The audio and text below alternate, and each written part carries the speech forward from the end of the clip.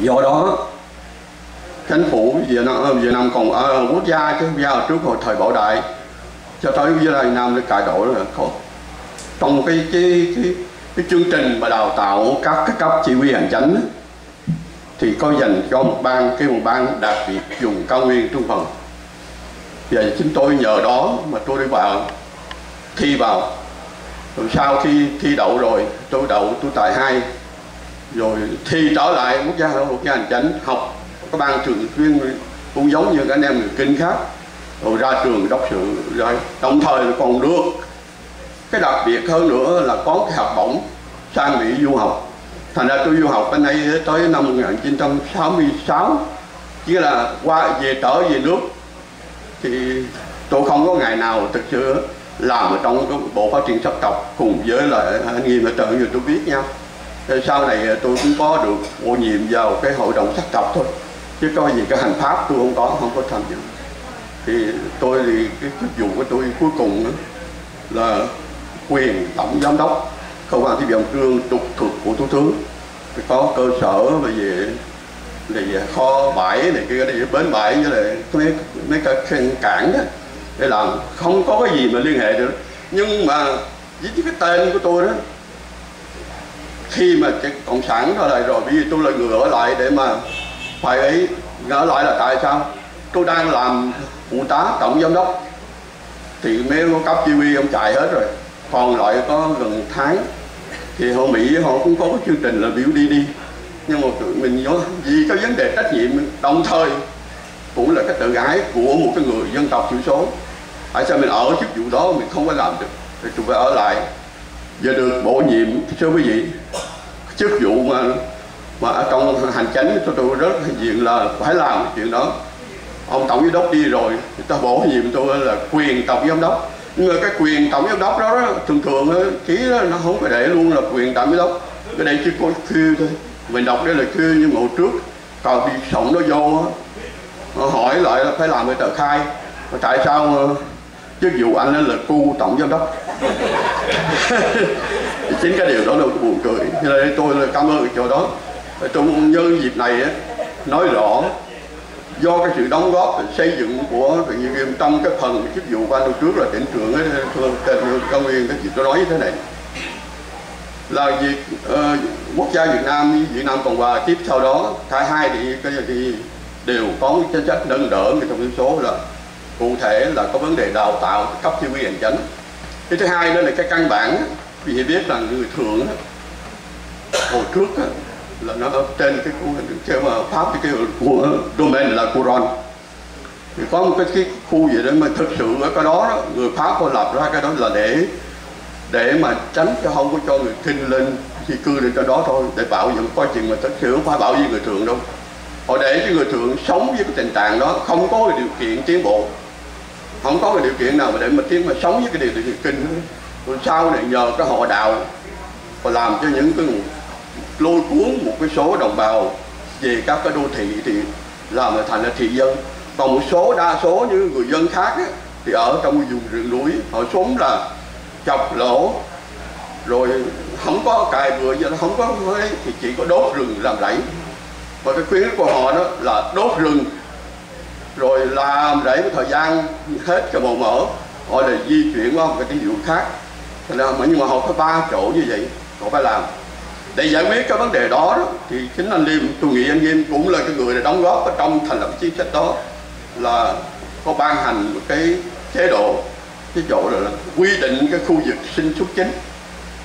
sống chính cho thường là không có người nào xâm nhập vô, để mỗi một cái bộ lạc nó có một cái nhưng mà bởi vì biết sao làm thì có cái cách rất là lý tưởng, nhưng mà nếu mà không có mà ngân sách đó, thì làm sao làm, thì đó là một cái tình trạng như vậy đấy. Cho nên cho đến khi mà cộng sản nó vô nó xâm chiếm rồi á, thì chỉ có một số người có cái bằng khám đất thôi, họ có ở cái khá giả này kia, là giữ người thị dân á, đi lại làm cái điều, còn bao nhiêu loại là không có cái đó. Do đó cho nên á, khi mà cộng sản nó vô thì cái chuyện mà cái chuyện mà khu vực sinh chính là sẽ không còn nữa. Thì cái phong trào di dân người Bắc vào đấy, họ thấy bây giờ có sẵn ruộng đất sẵn cái này kia rồi thành ra vô do cái người thượng sau khi họ ở canh tác ở cái vùng của họ, bây giờ họ không có đất để mà xoay chuyển, để mà qua để làm nữa, cho nên họ quý vị thấy rằng gần đây có một số người họ không có ấy được, họ tiếp tục họ cái gì để trốn khỏi Việt Nam. Ngoài cái vấn đề cái việc xá về chính sách đó, có cái vấn đề cái vấn đề sinh sống của họ, vì họ sống theo cái lối đó mà bây giờ họ không có làm sao hơn được, mà không có đất thì làm sao canh tác.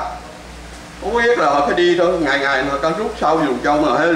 rừng sâu trên núi thì họ phải chết thôi. Do đó cho nên tôi thực ra cái này tôi rất là cảm động. Tôi không ngờ là với sư Phạm Hồ Dương nhân dịp nói với dân người Cộng hòa này nên nêu cái vấn đề người thiểu số ra. Mà tôi ngồi thiểu số, tôi ngồi dưới tôi cũng thấy tôi này rất là cảm động để mà nhớ lại những cái ngày xưa đó, là những cái ngày mà còn lại trong với thời Việt Nam Cộng hòa nó khác hơn bây giờ, xa lắm, xa lắm. Thì tôi mới nói bao nhiêu rồi một lần nữa. Bây giờ tôi cũng rất mừng mà gặp Đại Tăng Im, nó là 86 tuổi rồi, thì hơn tôi cũng mấy tuổi thôi, nhưng mà nghe còn tráng kiện. Thì nhớ cái Phạm Cô Dương chỉ liên lạc với nhau vừa rồi bằng điện thoại thôi, nhưng mà tôi biết trong cái sự tiến trưởng đó, tôi cảm ơn cái sự quan tâm của quý vị đến là bào thiểu số nói chung, và tôi cũng đại diện với tư cách là một người gốc thiểu số và đồng thời là một cái viên chức là người đốc sự. Và xin cảm ơn quý vị đã theo dõi quý vị. Cảm ơn.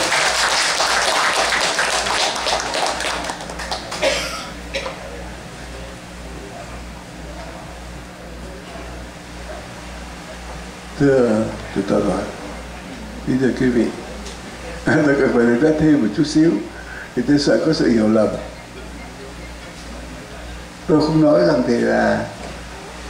chúng ta coi thường người thượng, không có lo cho người thượng. Tôi không có nói như vậy. Tôi nói rằng thì là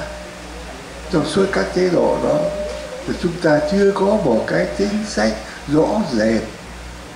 thực tế để mà lo cái đời sống kinh tế, xã hội, y tế, giáo dục một cách đầy đủ,